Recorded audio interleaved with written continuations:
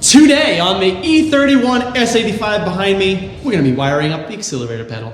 Why? Because the existing pedal is a drive-by wire. Literally, it is a single cable wire.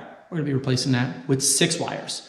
6 wires are going to end up getting routed from the E46 pedal that's going to get mounted in the existing location, and it's going to go right to the DME. But we don't have the DME yet, so we're not going to wire it directly to the DME, but we're going to talk a little bit about the wires, the functions, why we're going to a drive-by wire assembly, and how that relates to the S85 V10 behind me. Guys, you don't want to miss it. Stay tuned. So the DME on this E31 is probably going to end up residing right inside of here. There's an X6001 connector, which is basically the body harness connector. And that is going to be, that basically routes from the engine that talks to the rest of the car. It commands things like fuel pump. It commands things like oil pressure and engine temperature and all those other types of things. But we need to also mount the 6-wire accelerator pedal. The accelerator pedal is 6 wires. 6 wires because it's got 2 for signal, 2 for power, and then another 2 for ground. So there's 2 potentiometers in there. Each have its own separate function, but they're also built in for redundancy. Let's take a look underneath and figure out how we're going to route and install this actual pedal.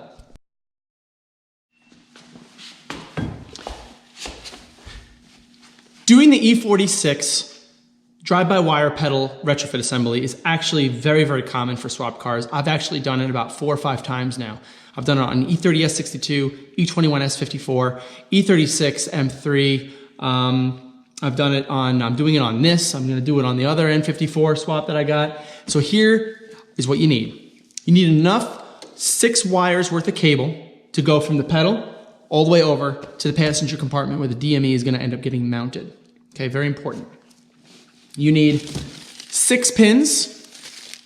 You need your connector that goes into the accelerator pedal. You need the actual accelerator pedal from an E46. You can get an automatic or a manual one. If you want to go manual, it's actually preferred because the automatic, actually, when you get to 90% pedal push, you end up getting a detent, and that detent is what tells the DME to downshift in the event of a hard acceleration event. But for manual, that's not necessary, so the manual pedal is actually a different part number. And then finally, you need your adapter bracket. Now, this piece here fits into the existing location of the pedal assembly. We'll take a look at that as well. It's a clip kind of design here. We need to get access to it from underneath the carpet. But the bottom part is a straight shot plug and play. The top is where it gets a little bit hairy, and that's where you have a kind of like a bolt hole here where you want to put your bolt through, and that kind of bolts it to the back. Then what happens is the pedal itself just kind of slips in. I'm not going to do it right now, but it slips right in underneath, and that becomes your mount. So the pedal then sits on top of the mount. The mount is actually installed on the chassis. Now let's talk about our pins, stripping the wire, and terminating the pins into the connector.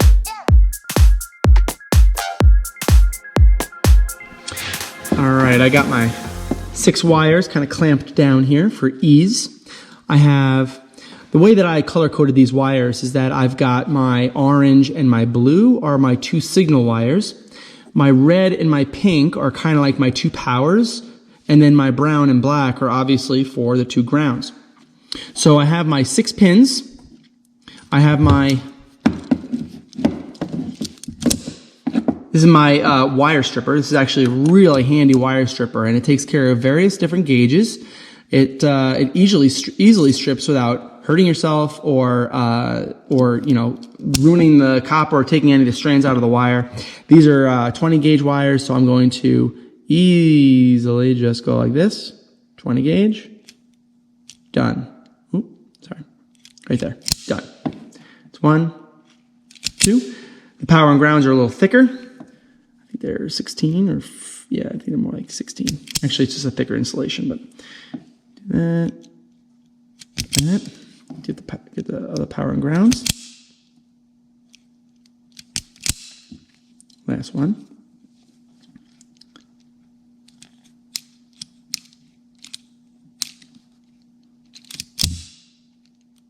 Go. Okay. Now let's take a look at crimping one of the pins, and then I'll just do the rest of them. So when you talk about, when you're looking at these pins, you see that, so I can point with this. This guy here is where the actual copper mounts to, right? This is the crimping location of the actual copper. The outer one here, the one on the end, is more for the insulation. And they're pointy. They're pointy because they need to pierce into the insulation of the wire to prevent it from further pulling out. So you have two methods of preventing the wire from pulling out, which is actually pretty nice. Let's take a look at one here. So, see, it looks like I've actually crimped this a little bit too far. So let me cut this back just a tiny bit. Might have to cut them all back just a tiny bit. I might have clipped too much out. Okay. Okay. Now, the idea here is that you pick, this is a Weatherpack Crimper, right? It basically crimps a W crimp on from the pin onto the actual copper of the wire. And these two at the top here, these two guys at the top are actually to crimp the insulating layer. So there's different sizes that you can choose. For this purposes, I'm going to go right smack in the middle. I'm going to use a smaller one. It looks like these are pretty small. So I'm going to use a smaller size here, right? So I've kind of got it set in place. Now I have the wire. Set the wire in just like that, and then you crimp. Press down, open it up. And you can see that it makes a really nice crimp, just like that. Now let's take a look at the other end here, just like that. And let's crimp that down. Let me do a W crimp on that actually instead. Just like that. And whoosh. All right. So there you go. There's your signal wire. Really nice crimp. These things can be found on eBay or Amazon for about 15 or 16 bucks. They're basically for Weatherpack connectors, but the crimping style, the W-type crimp, is a really common type of crimp that you can use for just about any pin, as long as it meets the size requirements.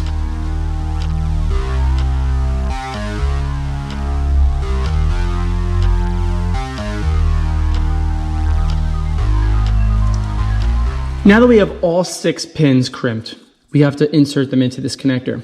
This side goes into the pedal. This side comes in from the, this is where the wires insert. And you have to take a really close look at these pins because there are locking mechanisms on the pins. And you have to make sure that the locking mechanism is clocked correctly to the actual connector itself. And the little pin here, the extractor location here on this pin, goes and always faces up toward the outside of the connector. And you can see that on the inside here.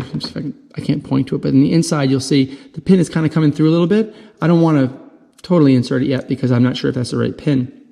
But you have to make sure that it's clocked correctly, or so it'll never latch in to prevent it from being pulled out accidentally. So now that we know how to insert the pins, we need to figure out which one of these 6 go into which one of these 6, right? Because there's 2 powers, 2 grounds, and then 2 signals. So we have to figure out the right pin out. So let's take a look at that next. So I'm just going to do this really old school by just sharing what's going on my computer screen.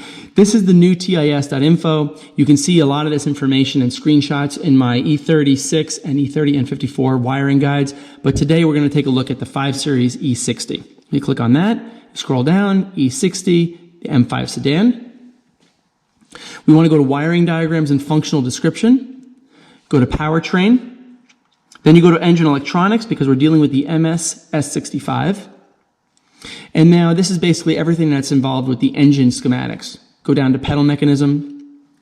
Then the pedals that we're dealing with here are brake light switch, clutch switch, or the accelerator pedal module. Obviously the accelerator pedal module is selected, and then it shows us the pin out. Now this guy here is the actual accelerator pedal, right? With its 1, 2, 3, 4, 5, 6 pins, right? You can see the pin numbers there, and then you can see where it plugs into. 11, 24, oop, oh, whoops, there it is, sorry. You just gotta do it like this. Oh, 10, 20, 7, and 23. all into X6001. But we'll deal with the DME side of things later. So I don't care about these four, or these, right? But I want to know which ones are powers and which ones are grounds and which ones are signals. So you're looking at this diagram. Typically when you're looking at these types of diagrams, terminal 15 denotes your positive terminal power.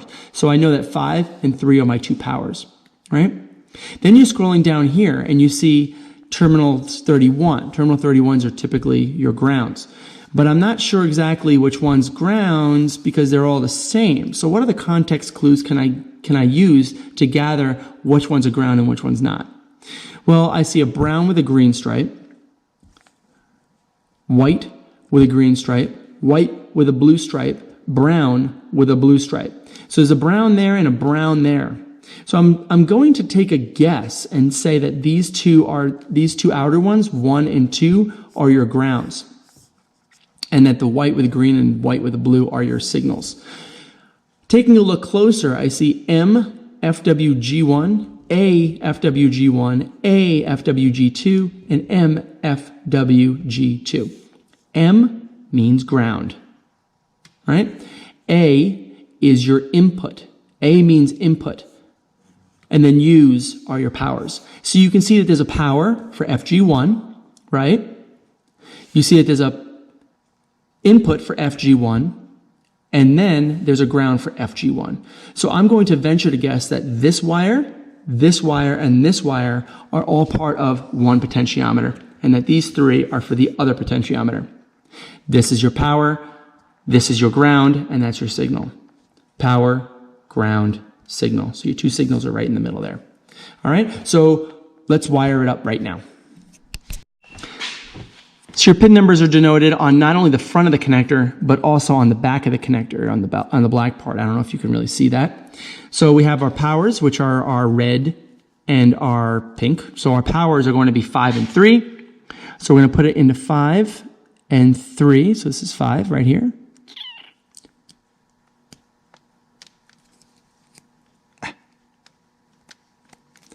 And then 3. It's going to go right in here. Now the power. Go. We have our grounds, which again are 1 and 2. So our grounds is going to be 1. Although I want black to go with red, so I want the black ground to go with pin 5. So pin 5 is here, so I want pin 1 to be the black one. I want black and red to go together.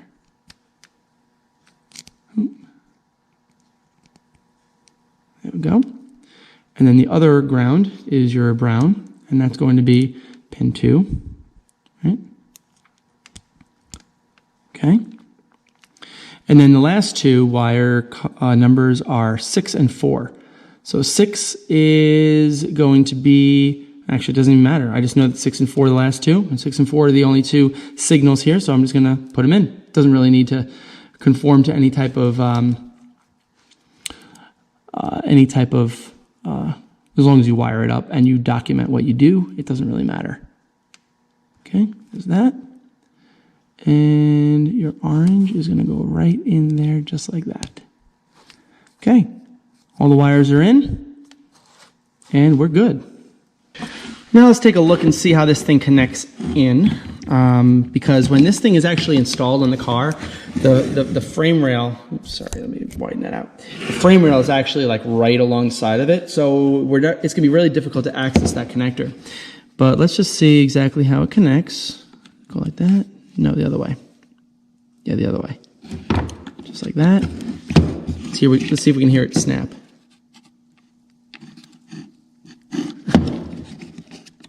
There we go. All right, that's it. So now it's in, right? So to take it out, you need to basically crimp these two, pull these two, and then pull the connector out. All right, it's not that hard. Not that hard. Underneath here, we got our pedal. Typical actuation. We gotta get rid of this thing, right? So let's try pry up.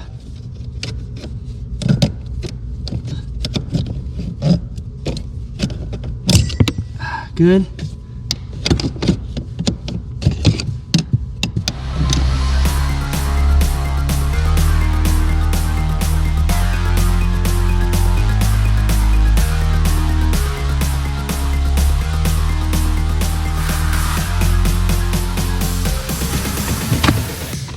So again, taking a look at the context clues, it's the same type of mechanism for mounting to the floor.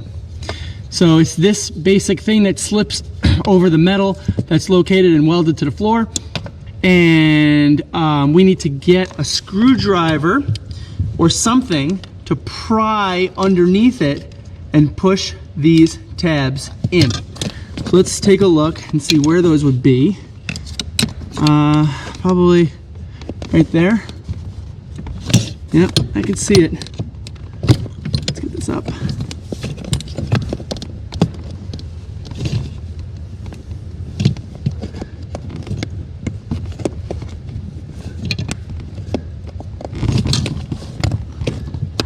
Let's just break the pedal off first. There we go. Taking a look. That's actually probably just a lot easier. Just break it off. Who cares, right? So this guy looks like it's gonna fit right over that perfectly. Good. What's this? I can't really get it off.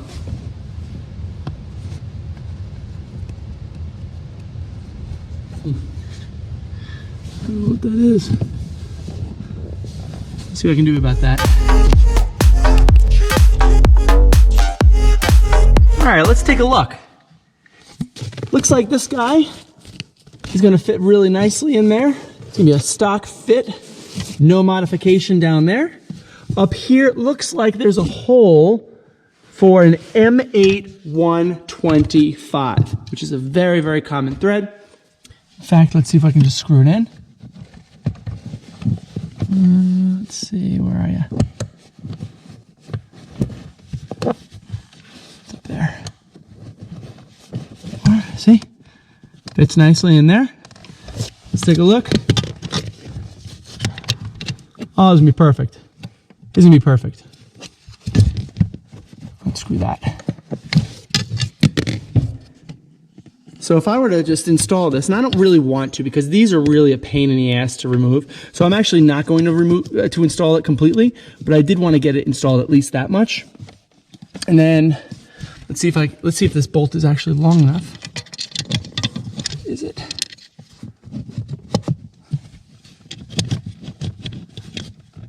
Yeah, I think I might want to go with something a little longer. Let's go with something a little longer. All right, I actually found one. Let's get it, see if we can get it screwed on.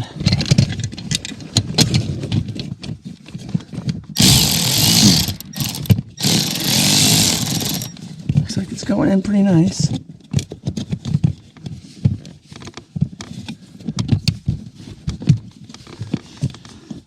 And I definitely can get this thing in, but I'm not going to do it. All right. I'll set it in here for now, right? Okay, so this needs to be tightened up more, and then this guy is not in the slot, it's just sitting there, but that's okay. The accelerator pedal will end up getting installed just like this, right? Just like that. Look at that, huh? Looks good, looks good. You know, I was thinking about snaking the wiring over the transmission tunnel, and I actually don't think that's a good idea. A little bit premature at this point. I'm just trying to conceptualize and figure out exactly how things are going to get installed. And I know how to install the accelerator pedal now, and I know how to route the wiring. I'm going to route the wiring during more of the wiring sections of this build later on in 2020. And I'm going to cover the accelerator pedal wiring along with all the other X6001 connector type wiring efforts that are going to be going on under this swap. Having said that, I got the accelerator pedal installed. I've got all of the 6 pins pinned on the connector, and I basically have everything quantified in terms of this aspect of the swap. So I don't have any unknowns anymore, and that is the whole point, is to prevent and eliminate all the unknowns one thing at a time. And there are hundreds of things on a swap like this, hundreds. I've eliminated just one more. Guys, that just about does it for me today on the E31 S85 accelerated pedal wiring and routing and installation and harnessing and all that. I hope you learned something today, guys. Like, comment, tell your friends, subscribe, be an early adopter here. Come on, this is gonna be a really big swap coming in 2020. I really hope to share it with you every step of the way, every video as I go through this. I am super excited. Why do I say super? I'm very excited. I don't care. I'm just excited to continue to work on this project, and thank you for all your support you guys give me. I wouldn't be able to do this without you guys. Thank you very much, and I hope you stick around for the next video, guys, huh? Later.